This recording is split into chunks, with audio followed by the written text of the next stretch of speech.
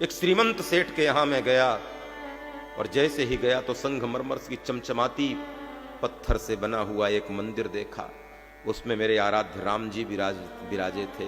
मैंने सोचा परम वैष्णव का घर है, मेरे आराध्य का दर्शन हो गया। सेठ जी ने बताया ये पत्थर विदेशों से बुलवाया है महाराज जी मैंने, और देखो कितना सुंदर मंदिर बनवाया है। घर में प्रवेश किया तो ऐसा लग रहा था स्वर्ग के किसी बड़े दिव्य महल में प्रवेश हो रहा है। और इतने बड़े महलों में जब मैं गया तो मैंने कहा सेठ जी परिवार के बाकी लोग कहाँ हैं? तो सेठ जी ने जो उत्तर दिया वो मेरे अंतःकरण से आज तक निकलता नहीं है। सेठ जी ने कहा 4 बेटे हैं महाराज जी। एक बेटा मुझसे बिल्कुल बनती नहीं तो मुंबई में व्यापार संभालता है दूसरे इलाके में। छोटा वाला बेटा है उससे मां की नहीं बनती है तो वो दिल्ली का व्यापार देखता है। 2 और बेटे हैं इसी शहर में रहते हैं अपनी अपनी पत्नियों के साथ में। मैंने सोचा चलो ठीक है आजकल के बेटे ऐसे ही होते हैं, कोई मुश्किल नहीं। यदि बेटों ने माता पिता का साथ छोड़ दिया तो कोई मुश्किल नहीं, बहुएं आई होंगी चले गए होंगे, जीवन है। मैंने ज्यादा रुचि नहीं ली उनकी बातों में। मैंने भी संतोष से कहा ठीक है कोई बात नहीं, प्रेम से बैठिए। फिर मैंने बहुत देर बाद पूछा आपकी धर्म पत्नी? तो बोले उनसे हमारा आजकल बनता नहीं है।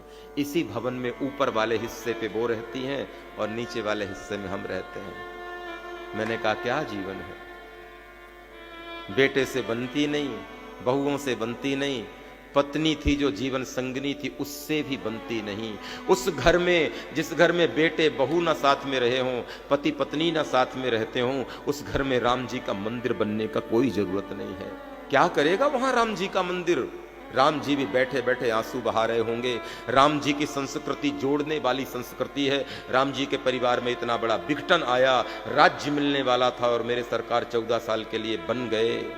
सीता के हाथों की मेहंदी का रंग भी फीका नहीं पड़ा था, पैरों का महावर भी नहीं छूटा था और सीता 14 साल के लिए वनवास चली गई। लक्ष्मण सेवा में उनके पीछे चले गए। चारों भाइयों ने अयोध्या की राजगादी को ठोकर मार दिया, लेकिन न सुनैना ने कभी कौशल्या से शिकायत करी, न जनक जी ने कभी राम से शिकायत करी। पूरे परिवार को बांधने की संस्कृति ही राम की संस्कृति है प्यारे।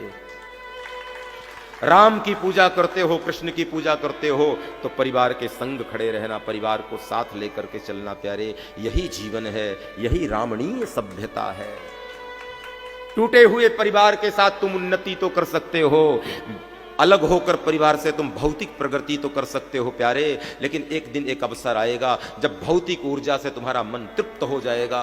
भौतिक वस्तुओं से, भौतिक पदार्थों से, भौतिक साधनों से तुम तृप्त हो जाओगे और तुम्हारी आंखें तलाशेंगे किसी अपने को जिसके पास बैठकर थोड़ा तुम 2 बातें करके मन हल्का करोगे। और जब तुम्हारे पास कोई अपना न होगा तो तुम्हारे भौतिक पदार्थ तुम्हें शमशान की सामग्री की तरह लगने लगेंगे, बेकार लगेगा सब। इसलिए जीवन में धन चला जाए मत रोना, वैभव चला जाए मत रोना, लेकिन प्रयास करना परिवार तुमसे दूर न चला जाए प्यारे। तुम्हारा घर न टूट जाए, तुम्हारे बेटे बहू नाती पोते तुमसे अलग न हो जाए।